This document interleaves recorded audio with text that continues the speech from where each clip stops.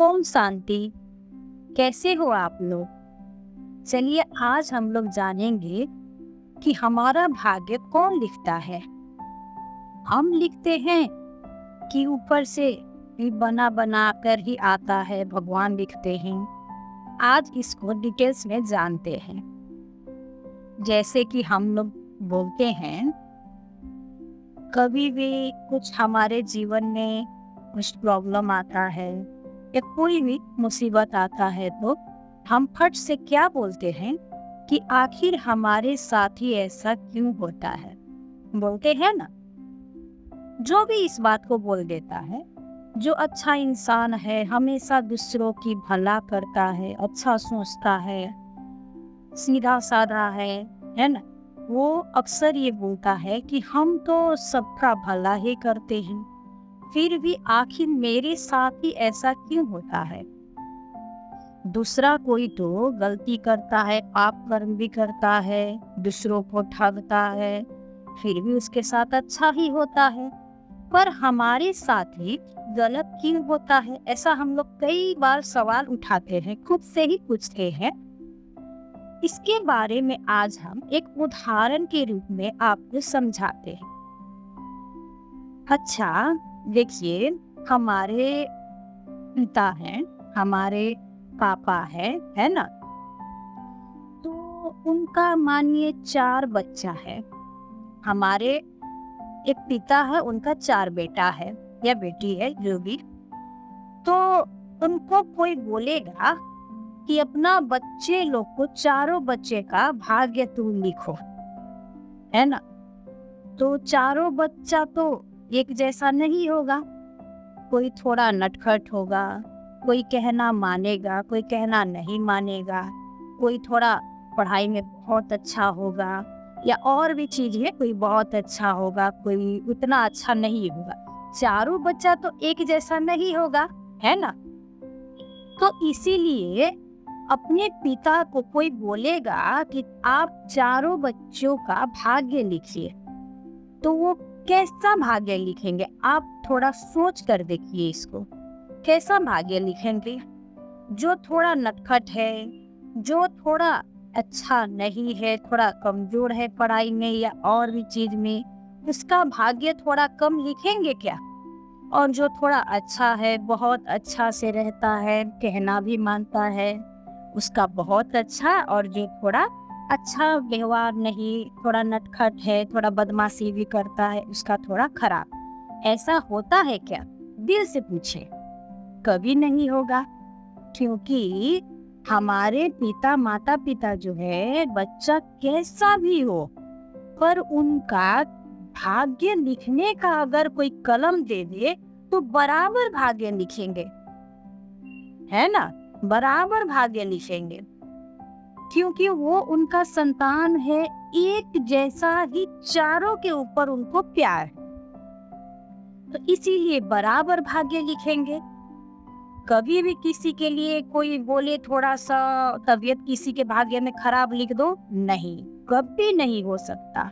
चाहे उसका बच्चा कितना भी बदमाशी करे, कोई नटखट करे, कुछ भी थोड़ा अच्छा उतना माँ बाप के अनुसार ना चले, फिर भी वो कभी नहीं लिखेगा अपना बच्चा का भाग्य चारों का बराबर इक्वल ही भाग्य लिखेंगे। उसी प्रकार हमारे परम पिता परमात्मा है, हमारे ईश्वर भगवान जो हैं, वो हमारे भाग्य नहीं लिखते हैं। ये बात को आप लोग बहुत अच्छा से समझिए। वो हमारे भाग्य नहीं लिखते हैं, क्योंकि हम तो उनके बच्चे हैं। तो फिर भी इस दुनिया में कोई दुख में है, कोई सुख में है, कोई बहुत तकलीफ में है, और इतना तकलीफ होते हुए भी किसी का मतलब पिता कोई अपना बच्चा को तकलीफ में देखकर कैसे अच्छा से रह सकता है? सोचने वाला बात है। एक बार सोच कर देखिए, अगर भगवान हमारे भाग्य लिखते तो सबका बराबर लिखते, कभी ऐसा नहीं करते। फिर भी दुनिया में कोई बहुत ही ज्यादा खुश है, कोई बहुत ही ज्यादा दुखी है, कोई बहुत ही कष्ट में है और भगवान चुपचाप बैठकर देख रहे हैं। क्यों? क्योंकि वो उनका काम नहीं है, भाग्य लिखना उनका काम नहीं था। हाँ, एक काम जरूर था, हमारे भाग्य बनाने का डायरेक्शन वो बार बार देते आए हैं, बार बार देते आए हैं। हर कदम पर हम लोग को एक सिग्नल देते हैं, कोई कार्य करते हैं हम लोग तो बाबा एक टचिंग, भगवान एक टचिंग जरूर देते हैं कि बच्चे तुम ये काम मत करने जाओ। एक अंदर दिल का आत्मा, दिल का जो आवाज है ना, वो जरूर बोलता है कि कभी ऐसा भाग्य तुम्हारा गलत बन रहा है, तुम ऐसा काम मत करो। पर हम बच्चे क्या करते हैं कि उस चीज को अनदेखा करके अपना मन का बात सुनकर आगे बढ़ जाते हैं और गलत काम हो जाता है। तो देखिए, हमारा किया हुआ ही कर्म जो है वो हमारी भाग्य बनाता है। कोई दूसरा नहीं है भाग्य बनाने वाला, भगवान नहीं है, हम ही खुद है अपना भाग्य बनाने वाले। और हम जब दुख आ जाता है, कोई तकलीफ आ जाता है, तो हम सीधा कहाँ उंगली उठाते हैं? भगवान के ऊपर। भगवान के ऊपर ही सब कोई उंगली दिखाता है, सब कोई नजर ऊपर की ओर ले जाता है कि हमारा भाग्य आप ऐसा क्यों लिखें। ऐसा नहीं होता है, हमारा भाग्य हम खुद लिखकर आए हैं। ये चीज को बहुत गहराई से सोचने वाला बात है। फिर भी भगवान हमको बहुत डायरेक्शन देते रहते हैं, बच्चे तुम इस काम को मत करो, ये तुम्हारे लिए अच्छा नहीं है। टचिंग आता है, अंदर से एक आवाज आता है, पर उसको हम लोग सुनने की कभी कोशिश नहीं करते हैं। इसीलिए भाग्य हम लोग को अपना कर्म करते समय जब भी अच्छा कर्म करना चाहिए ताकि आगे का भाग्य अच्छा बने। जो हम कर्म डेली ही करते हैं या किसी भी कार्य को करते हैं, उसमें देखना है कि ये इसमें कितना भला है, कितना बुरा है। उस कर्म को देखते हुए हम अपने कर्म को आगे कर सकते हैं, बढ़ा सकते हैं। तो उसी अनुसार हमारा भाग्य बनते जाता है।